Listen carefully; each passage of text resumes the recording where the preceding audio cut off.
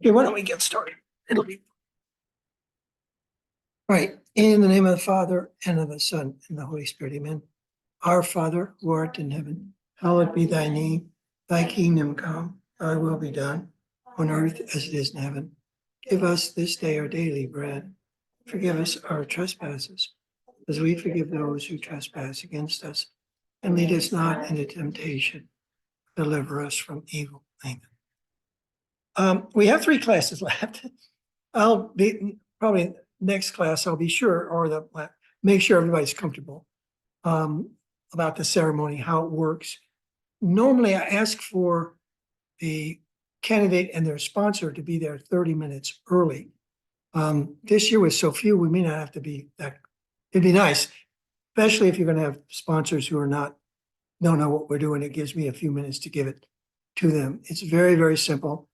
So we'll look at that as we get a little further along. And I would need to know the number of guests that you would have in your party, including counting yourself and your sponsor, so that I can have enough reserved seats up front for family and friends. So if I could get just how many you think will be at your party next week or the week after that. And it'll be very easy. Usually when we have a larger class, I have to line up the candidates and the sponsors sit behind them and I'll move around and have baptism. This time we only have 5 or 6 folks, so it'll be easy. But the mass is absolutely magnificent. It's just very long.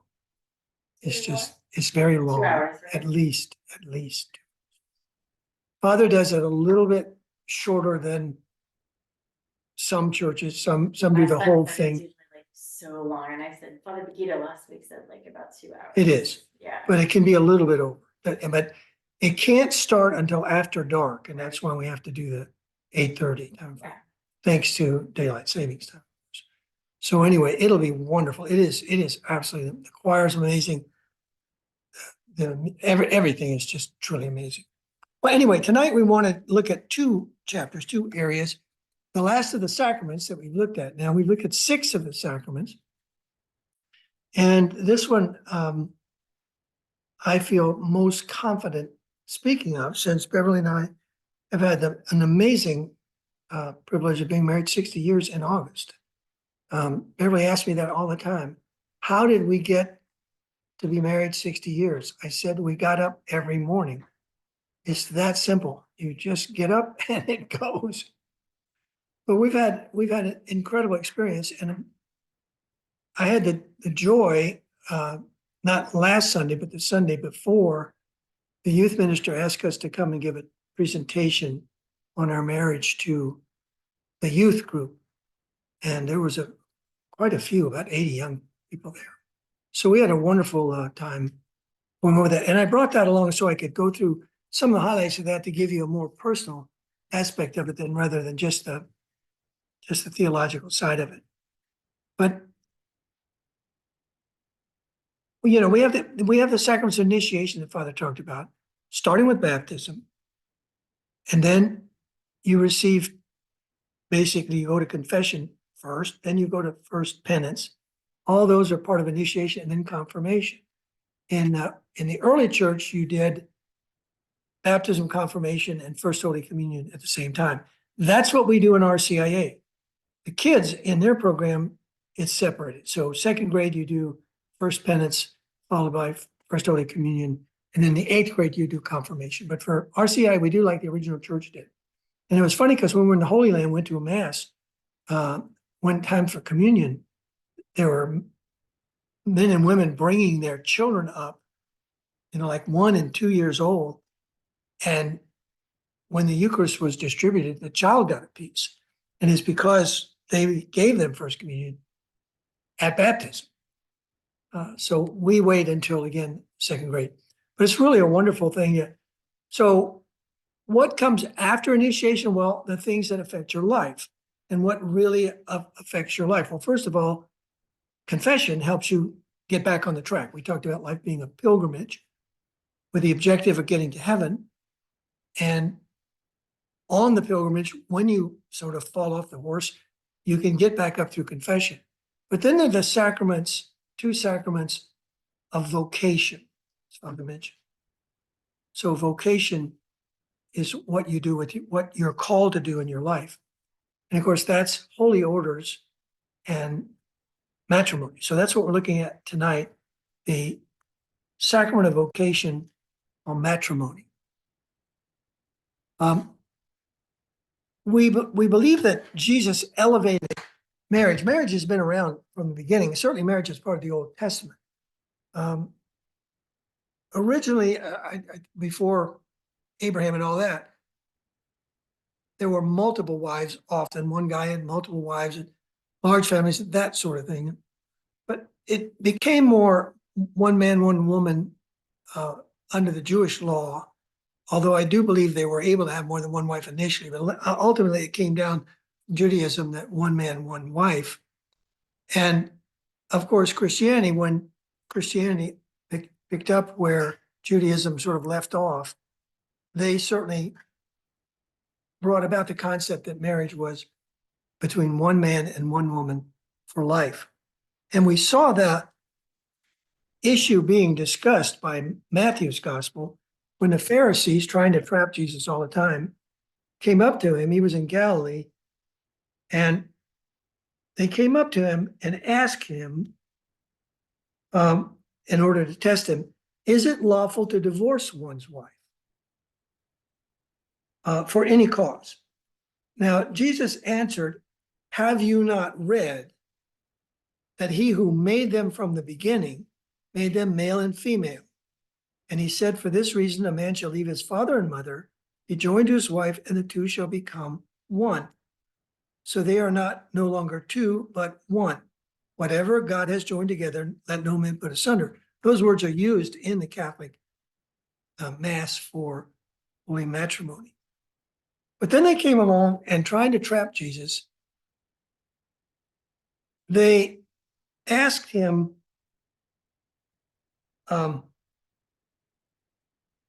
did not Moses command one be given a certificate of divorce and to put her away? And Jesus said to them, for your hardness of heart, Moses allowed you to divorce your wives, but from the beginning it was not so. And I say to you, whoever divorces his wife and marries another commits adultery, and whoever marries a divorced woman commits adultery. I left two words out that's in Matthew's gospel, but they're not in Mark and Luke's. It's really interesting. I just taught this recently in a Bible study, and it was really fascinating to go back and try to figure this out. The Pharisees were having a big debate over what Moses actually said. Could you divorce your wife for any reason? She burned a toast, she can be divorced. Some of the language implied that, other language implied it had to be related to misconduct and sexual issues. But either one, they were having this big debate. That's why they were trying to get Jesus to side with one side or the other so the other side could go against him. But Matthew puts in here this statement, except for unchastity. And I say to you, whoever divorces a wife except for unchastity and marries another commits adultery. It's really interesting there because that's what people have picked up on, and people think unchastity means unfaithfulness. So they think it means adultery. But there's another word for adultery. And it's clearly a word in Greek that they've used. And it's used even in the next sentence where it says adultery. So if Matthew wanted to say adultery, he would have said adultery. So it doesn't mean you can divorce your wife because of adultery. So what was unchastity? Well, unchastity was believed by the scholars to be only addressed by Matthew. Luke was talking to Gentiles. Mark was talking particularly to Gentiles and Jews in Rome. Matthew was talking to Jews. And in the book of Leviticus, there's all these rules about marriage that deal with bloodlines. You can't marry this person if they're related. You can't marry your wife, your mother. You can't marry your sister. You can't marry all these things dealing with bloodlines. And so a good Jew would know never to get into a situation like that. So here was a confrontation of the church in the first century. What if a Gentile comes into the church wants to divorce his wife, but didn't apply those rules, the marriage was already outside the norm because they were in bloodline and shouldn't be. So they already violated the Jewish law because they weren't Jews. So how could they be divorced? And that's what the unchastity meant. If it was outside the pale, if it was outside the law, if it were Gentile Christians, then they could divorce. But it didn't mean you could divorce simply because of unfaithfulness. Now today, people take the English word, they grab that, they run with it and say, oh, you can get, well, now there's no fault divorce, but you can get divorced if one of you is not faithful. Well, that's not what Jesus said. Now, why is this so important? Why do we deal with this? And also the other place it's discussed that we can see it being raised to the level of sacrament is the wedding feast at Cana. I love the story of the wedding feast at Cana. We've been to Cana, and that's where Jesus turned the water into wine as his first miracle, according to John, first sign. The problem is the worst wine in Israel is from Cana. So everybody buys bottles of wine from Cana, and it's terrible. The grapes aren't any good there. But anyway, Jesus' mother was invited to a wedding. Cana is within less than a day's walking distance from Nazareth. It's another little town in the mountains. Most likely it was a relative. And Jesus was invited, and wherever Jesus went, his apostles went. So everybody said they ran out of wine because the apostles drank all the wine. I don't know if that's true. But the point is, the worst faux pas you could have at a wedding would be to run out of wine. Now, how long was a wedding in Jewish days? 7 days. So you had to entertain your guests for 7 days with food and wine. So it's not surprising that wine ran out. Mary, realizing that this close friend or relative is going to be horrifically embarrassed, asked Jesus to do something. And of course, the story goes, she goes up to Jesus and said, they've run out of wine. He basically says, Mom, what does that have to do with me? That's their problem. It's my time hasn't started yet. I'm not doing what I'm going to be doing. It's not my hour. And sort of turns her off. She then goes to the servants because she's a Jewish mom and knows because she's asked her son for something, he would do it. She said, do whatever he tells you. So Jesus, and to me, part of the miracle is, where do they get water for 6 great big 100-gallon jars? Water is precious, and water is even more precious than wine almost. But anyway, there were about 6 big jars over 120 gallons that had water in it. And he just said, dip out some of that water and go let this wine steward taste it. And he did, and he had turned the water to wine. And of course, that solved the whole problem. We see that as an act of recognition that marriage is not just a contract. Marriage is a covenant. Marriage is husband and wife coming together. We treat it like a covenant. A covenant was between God and Abraham, between God and David, between Jesus had a covenant with his father. The covenant was till death do us part. So the church picked up what had been going on, what the Pharisees had believed, that when you got married, it was a covenant and it couldn't be broken, except for that one odd thing that Matthew had. Luke and John don't give any exception. Mark and Luke don't give any exceptions. So we believe that the church has raised this to a level of a sacrament. Jesus did so in Matthew 19 and also John 2. Now, St. Pope John Paul II spent a lot of his early years and his studies writing on marriage. And he did an awful lot of counseling, and he would often go hiking or skiing or doing things with couples. He was just an amazing priest before he became a bishop, a cardinal, and pope. And when he used that information as a background, he developed a new way of looking at the entire theology, which is based on Thomistic philosophy and teaching of St. Thomas.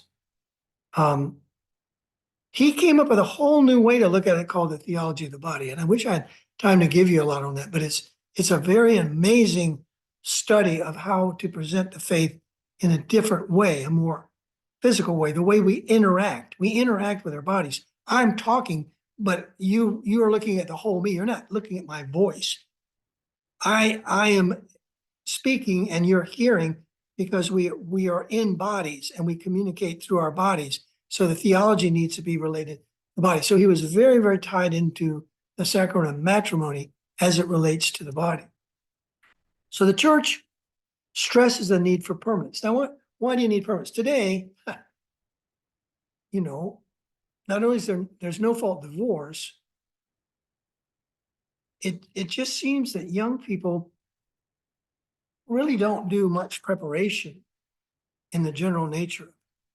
Somebody, quote, falls in love, they want to get married, they fall out of love, then they get divorced and they try with somebody else. It's just like buying a car. When you get tired of that car, buy another car. It's that kind of mentality.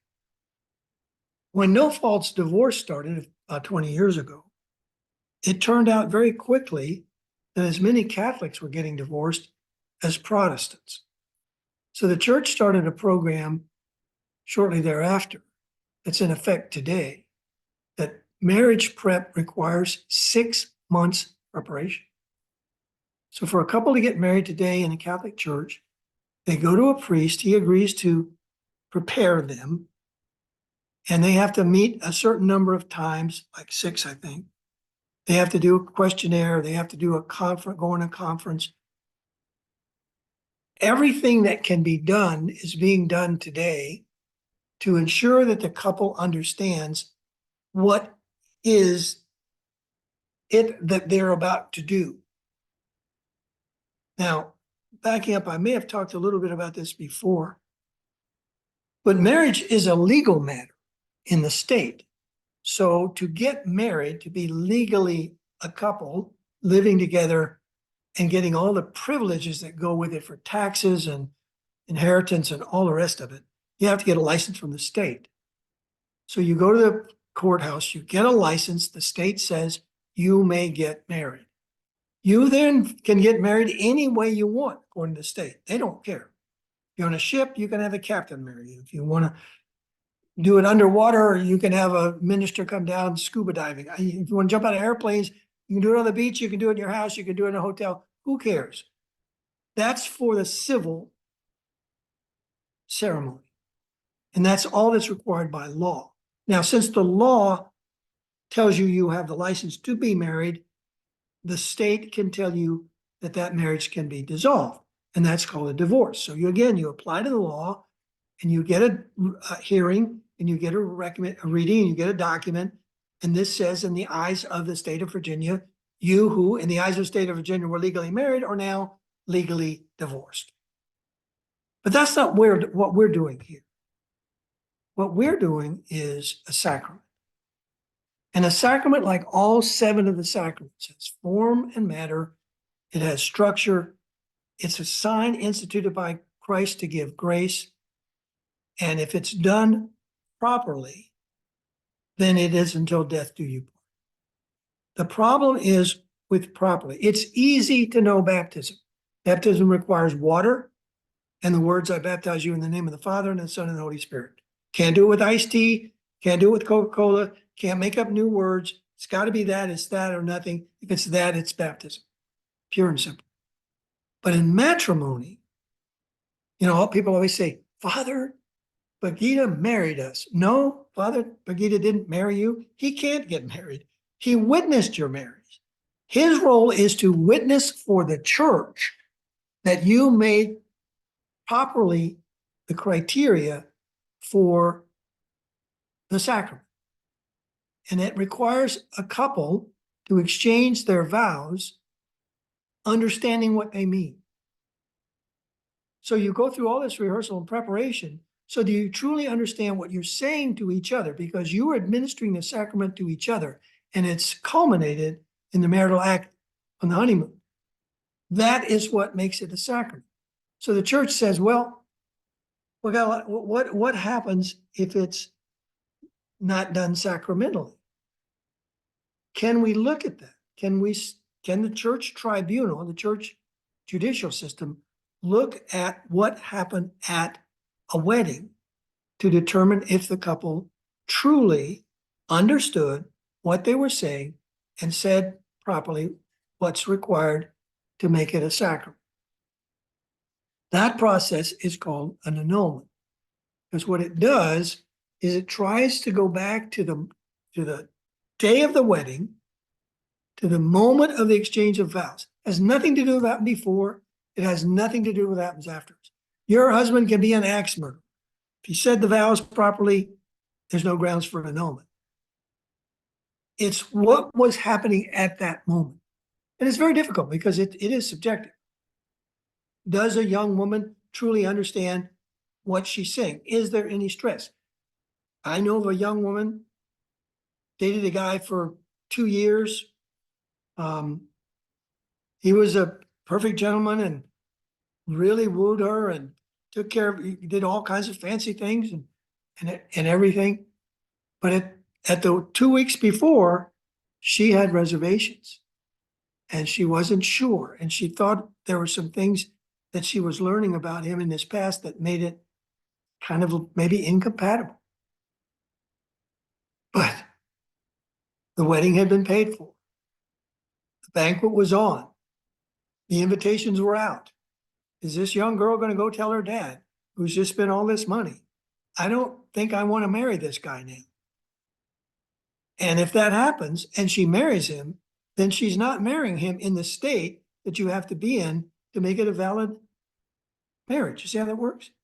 So in her mind, she went through the wedding because she had to. Same thing. Doesn't happen very often, but in the day, young couples were dating. The woman would get pregnant. They weren't even thinking about marriage. And the father, you heard shotgun wedding. Father gets out a shotgun and said, young man, you will make my daughter an honest woman or I'll shoot you.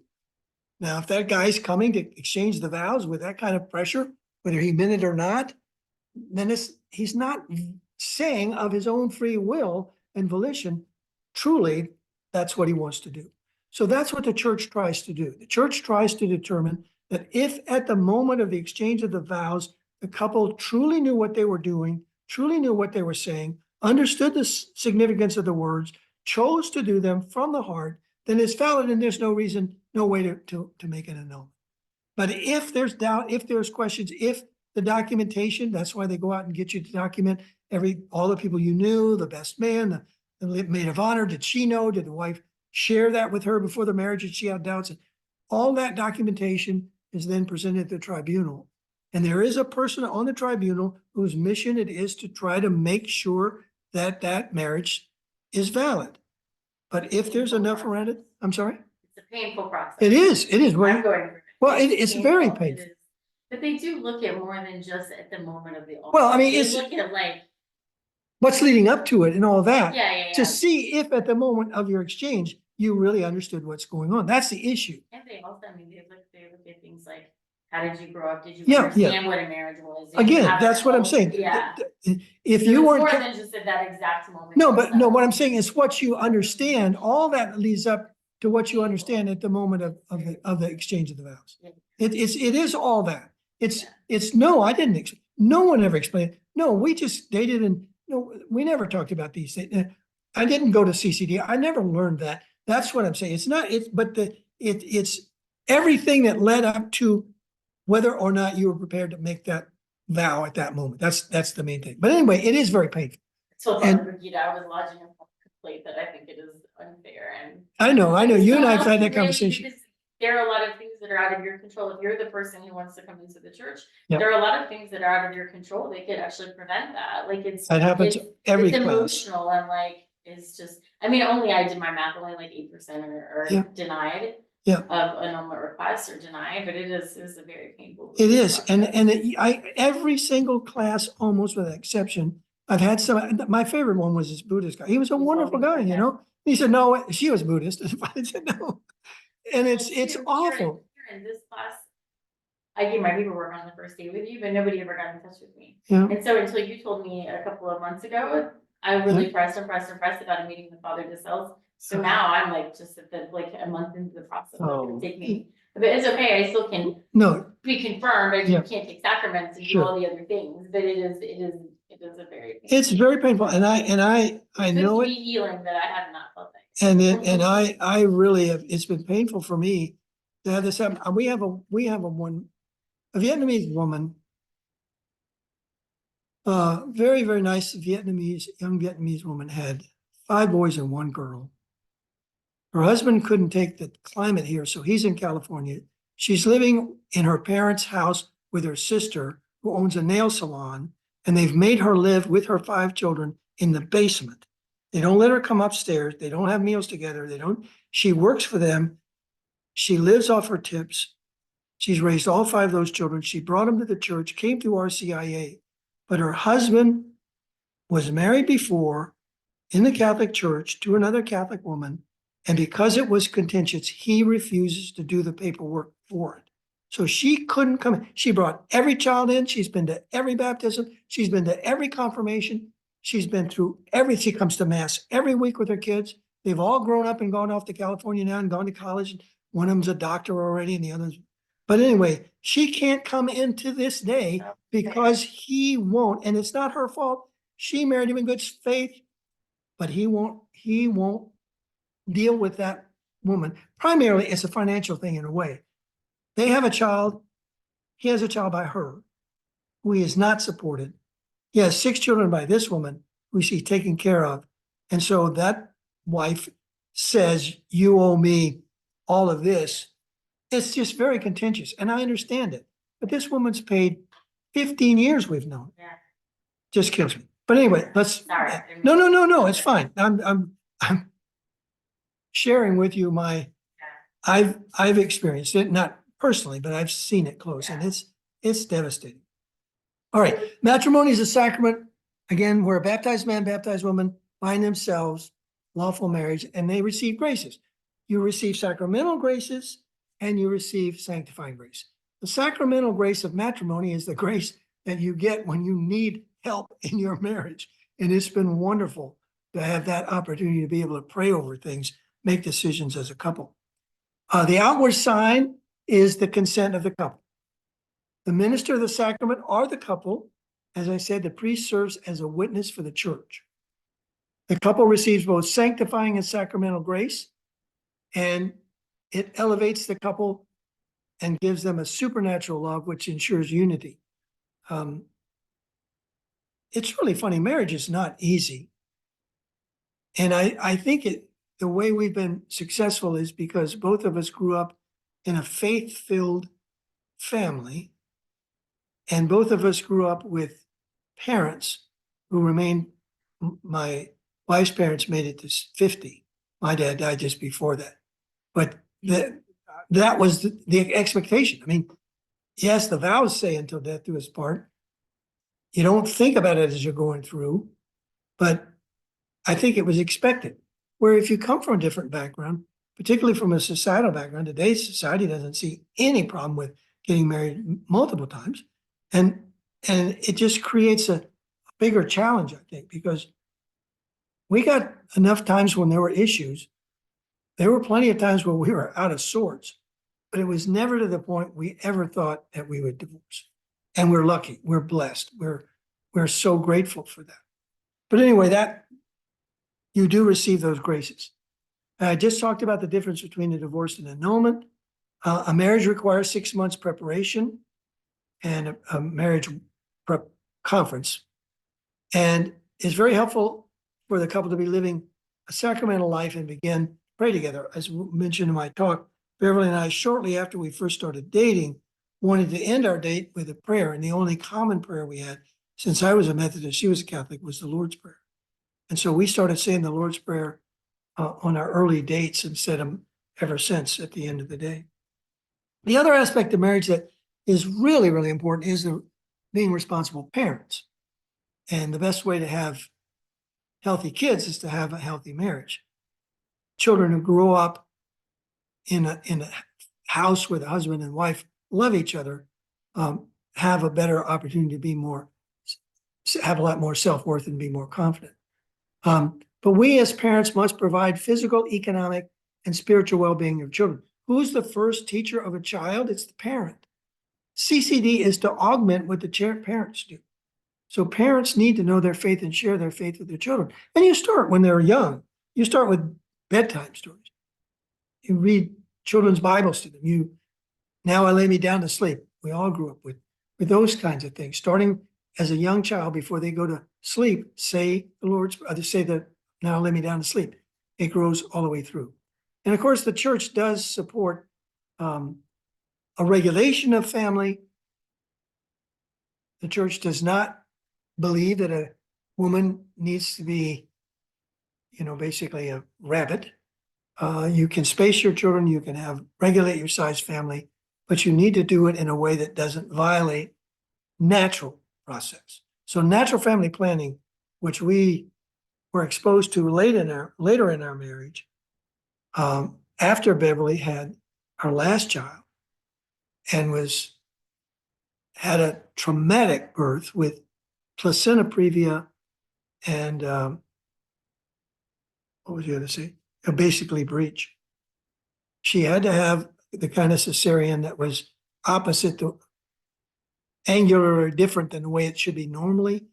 And a Catholic physician told her if she ever got pregnant again, her uterus would rupture and it would kill the baby and her. Today, not so much. They can take care of that. They know how to handle that. But in our day, another pregnancy was like a death sentence. So we didn't know what to do.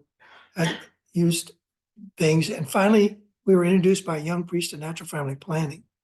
And we practiced that for 11 years, basically with her life on the line. We believed in it so much. And it is so effective. So you can regulate your family. You don't have to have all the children that you can. But there's a way to do it. Who's that? My sponsor. Yeah, no, they're people, but I bet they all want, she wants to. Well, she's 43. The last one was 7 years ago. Yeah, so yeah. They thought that everything Yeah. was kind of done. She just But- announced she's 20 weeks pregnant with her 9th child. Our grandson's, anyway, Yeah. wife's mother was pregnant at her wedding. And she's now pregnant, and those two babies are going to grow up as best friends because they'll only be like 12 months apart. Right. So, but she had a bunch of them, and it's amazing. You don't think about this. Where do priests come from? What kind of family do priests come from? Yeah. Large families. I mean, it's not that one of us would have said, no, I have two boys. If one of them wanted to be a priest or both, I would have been thrilled. But most families, especially guys, the father doesn't want to give up an only son. So priests come out of large families, but large families always go, but if you're using natural family planning, you're always answering the question because you know exactly where the wife is in her cycle. You are basically saying, do we want another child at this point? And the answer is yes. That's why they have so many. It's not that it doesn't work. It's that they're making that decision and they want them. It's a marvelous program, but it truly works. Okay. That's basically always going to I'm sorry. This is a wonderful definition of love that we were given by a priest not too long ago. And I think it really makes a lot of sense. Love is not a feeling. Yes, you can feel it. It's an emotion, but that's not really the definition of love. To love someone is an act of the will. I choose to love this person. Is love and liking the same thing? No. I can love a person that I don't like, particularly at the moment. I can tell you many times Beverly was not happy with Prince Charming, who was not charming. She never stopped loving me. She made a choice to love me in spite of the fact that I was causing her great difficulties. So liking a person and loving her is different. It's an act of the will. What's it based on? No one goes out, except crazy game shows, and meets somebody for the first time and decides to get married. You don't marry a person just after meeting them. You get to know them. When we were dating, we wrote letters every day when I was in Germany. When we came back, we went out every single night. Sometimes we didn't have anything to do, but just go and sit in the car and talk. We went to a coffee shop and talked. We talked and talked. I wanted to know everything about Beverly. She wanted to know everything about me. We spent all that time getting to know each other so that when we fell in love, It was based on knowledge. Also, marriage, as we tell in the Conference to Engage, is not 50-50. Sometimes in society, it seems like it's 50-50. Marriage is a contract between a guy and a man and a woman. A contract is for goods and services. So I'll mow your lawn, you give me $5. I'll mow it every week, you give me $5 every week. It's a contract. I can break that contract by not mowing your lawn. You can break contract by not paying me. So that's a contract. It's easily broken. But a covenant is till death do us part. So it is not based on two people competing with each other. I give 100% of myself to Beverly. Beverly gives 100% of herself to me. And it's self-gift. So it's all of the self to the other. It's not sort of like that argument that Pharisees were having. I will love you and I will take out the trash as long as you don't burn the toast. But if you burn the toast, I won't take out the trash. That's a contract. I will love you no matter whether you take the trash out or not, whether you're sick or well, whatever it is. Also, the idea going into what love is permanent. And it's life-giving, not necessarily in the physical sense, because you can be in love and do life-giving things, work for the church, help other people, be foster parents, all kinds of things. But again, love is an act of the will based on knowledge that's a self-gift, permanent, and life-giving. So to me, matrimony is all about that aspect of it. Let me take a couple minutes to give you some highlights from what we presented to young people. Because it was kind of fun, but it came from having lived all this time. We talked about the fact that life is a pilgrimage. It's not a journey. Pilgrimage has a religious end. So we are living in order to get in marriage ourselves, our spouse, and our family to heaven on this pilgrimage. We asked the kids if they'd ever thought about planning your future, and many of them had. Wonderful statement. I don't know if Saint said it, but I don't remember which one. If you want to make God laugh, tell him your plan. Because God has a plan. The question is, are you going to find his plan for you, or are you going to try to implement yours? I'll give you the difference. So then I asked the difference between a job, a career, and a vocation. So jobs is something you do when you want to make money. You can make money as a young person babysitting or mowing lawns or doing work around the house. So that's a job. Career is what you go to school, learn to do, and want to spend your mainly active life doing.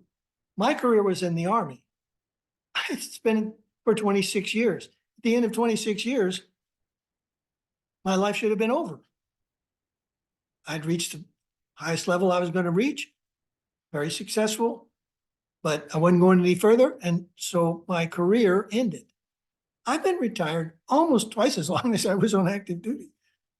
It's truly amazing. I worked another 8 years, and soon I will have been retired longer than I actually, my entire work experience. So that's a career. What is a vocation? A vocation is a calling from God. And what three vocations are there? The single life is a vocation. Some people are called by God to neither go into holy orders or to get married. And that's a very legitimate and valid vocation. The second one would be holy orders. Holy orders means a woman going into a monastery or into a convent, into a religious order. If they're in an order that allows you to go out in society, the women in that group are called sisters. So if you see somebody in church that's helping out, or she's helping a nurse, or she's helping with a school teacher, those are religious sisters. They take vows, they live in community, but they go out in the world. A nun is a woman that goes into a convent and doesn't come out. They give the rest of their life to prayer and living in community. So nuns are cloistered, sisters live in the community. So holy orders are men or women who give their life to service of the church. A priest is for life, a sister or a nun is for life. It's a calling for life. Matrimony is the most natural of the vocations. That's why it's for life. I've done many jobs. I've finished a couple of careers, and I'm still in my vocation. And my vocation will end when either I or my wife dies. And that's the difference. So I started off by telling about, and there's also 3 Greek words that deal with love. Unfortunately, in English, we only have 1. So I can say to you, I love chocolate ice cream. I love my hatchback Matrix car. I love my wife. Is it the same? No. In Greek, they have the word eros, which is a romantic love, physical.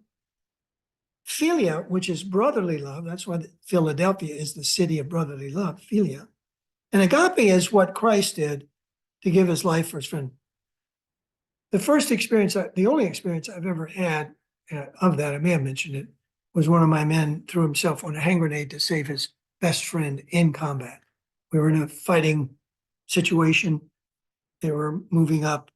Somebody popped out of a hole and threw a hand grenade. This young man saw it, and he saw his friend. He knew both of them would be either seriously injured or killed. So he threw himself on the grenade. That's agape love. He gave his life physically for his best friend.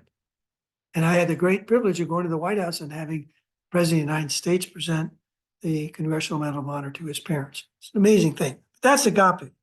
Now, is marriage involving these 3 types of love? Yes. Initially, eros is very powerful at the beginning, but it's sort of corny to say, but I truly have been married to my best friend.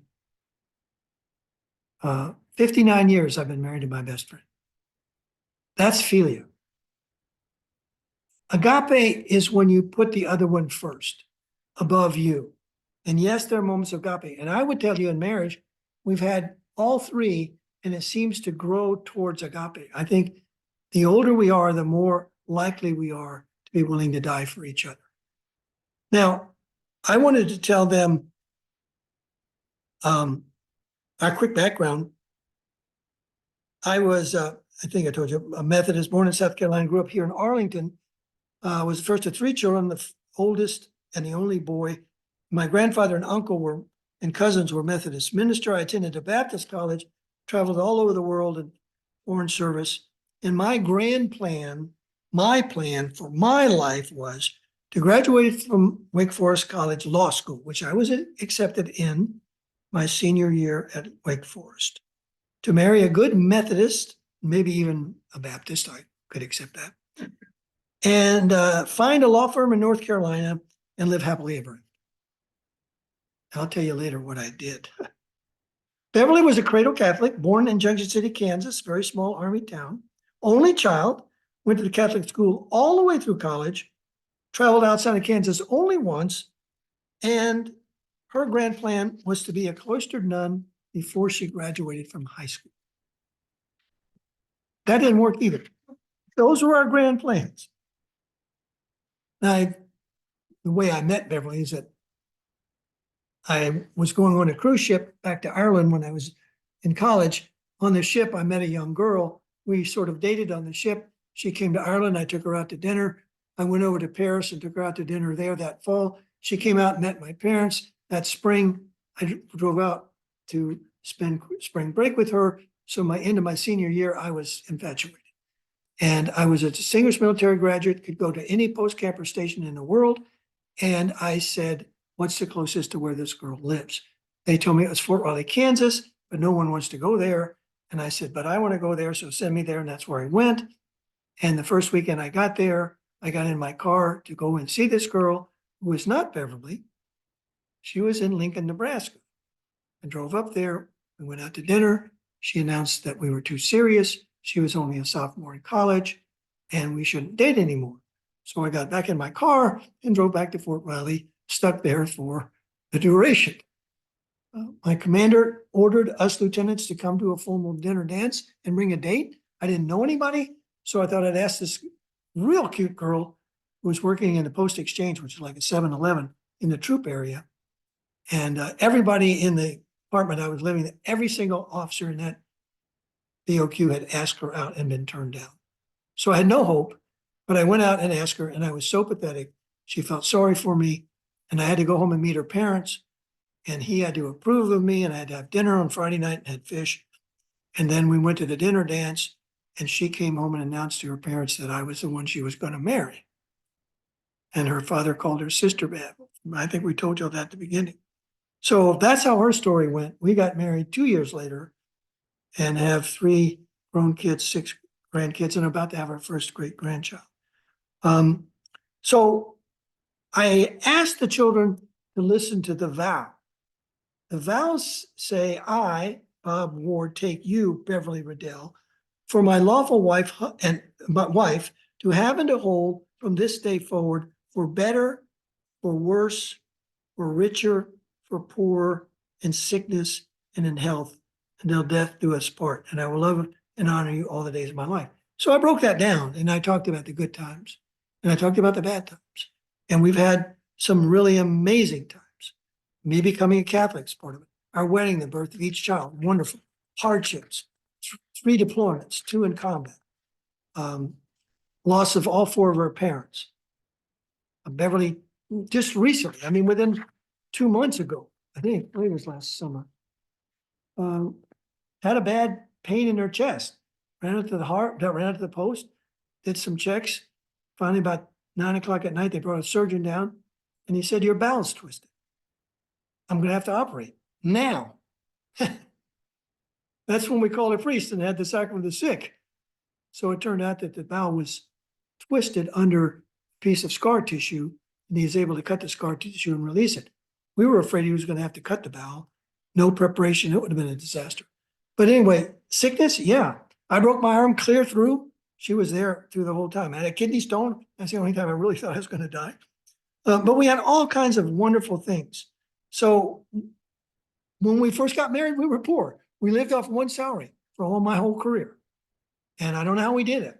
We bought like 6 houses and umpteen cars and put 3 kids through college and had 2 weddings and I don't know, one income. We were poor, but we're rich. Right now we got more than we've ever had before. And it's just all part of God's plan. But we've been also remarkably healthy, especially in our latter years. Have we been blessed? You bet. Has our marriage been easy? No. Has it been possible because of God's grace? That's the answer. Prayer, make your decisions together with God. Live your family is a home church, husband, father, husband, wife, Christ. Like a Trinity. Love of the husband to the wife, the love of the wife to the husband is a child. Christ is part of it. It's been a beautiful thing. So that's been our success. The last one, the sacramental, by the way, this is very simple. The sacramental is an outward sign. Remember, a sacrament is a sign instituted by Christ. A sacramental is an outward sign, you can see, instituted by the church that disposes us for grace, that causes us to seek grace. And they arouse our sentiment of faith, love, and it makes claim for answering grace. There are things that are blessed. So an example of sacramentals, the altar in the church was blessed when it was dedicated. The chalice has been blessed. Vestments are blessed. You can have your home blessed. The priest will come to your house. Nice to invite him to dinner. He'll bless your house. Your cars can be blessed.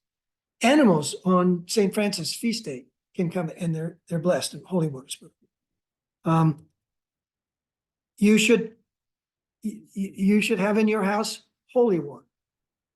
And you get it because at the back of the church is a big stainless steel 5-gallon jug, and you can bring little plastic bottles and fill it with holy water. All that holy water is water that's been blessed. It's not magic. It's just water that's been blessed by a priest.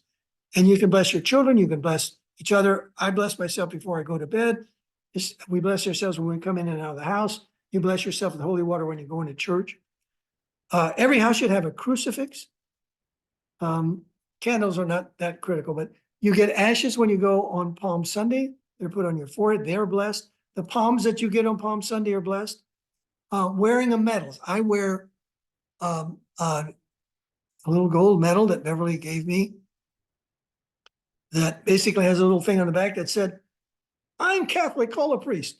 So if I've been run over in the street, my little medal falls out, somebody looks down and they think I better call a priest. So that's why I wear it. But it's got 4 saints on it. It reminds me of who I am when I'm dressing, when I'm changing. And I'm very, very attached to it. I really love it. Scapulars are similar. Scapulars are cloth from religious orders. I wear 2 because Father DeSalle instituted both of them. This is the brown scapular, which is the it's not the Poor Clares, who are they? Anyway, so religious order, it comes out of actually the Holy Land, but they're all over the world. This is the color of their vestment and it's the material of their vestment. It's a little rough, kind of, but you wear this and it reminds you of your faith. So whenever I'm changing or getting up or whatever, it reminds me of my faith. And the other one is the Lady of Ransom that you have the big painting of in the church. This is Our Lady of Ransom from St. Raymond's. Do you sleep with them on? I do. I never take them off. Well, I take them off to take a shower. I knew when Christendom, there was this pool and all the little kids from the faculty are all swimming and they were floating up like spider webs. But they're wonderful. Images of Our Lady, the Blessed Mother Saints, just things to remind you. They're blessed and they remind you that you're a Catholic. Okay? That's where we're going to end. And we'll look next week at, I think it's prayer, and then we'll do scripture on the last class. So we're finished all the sacraments. And if you have any questions about the ceremony, we'll talk about it next week and get everything else in order. Okay, in the name of the Father and the Son, and the Holy Spirit, amen. Hail Mary, full of grace, the Lord is with thee. Blessed art thou among women. Fruit of thy womb, Jesus. Holy Mary, Mother of God, pray for us sinners, now at the hour of our death. Amen. God bless you all for coming. Thank you so much. And it'll be here before you know it. She's all set. She's got all her. Oh, got her paperwork She's in. got Oh, great. everything. I tell you, when we were there, She's doing baptism, confirmation. she's gonna get them all. Get them all. She might as well get married while she's there. Just get No, one more. thank you. No, no, sure. Well, should I take that serious as much as they make you jump through it?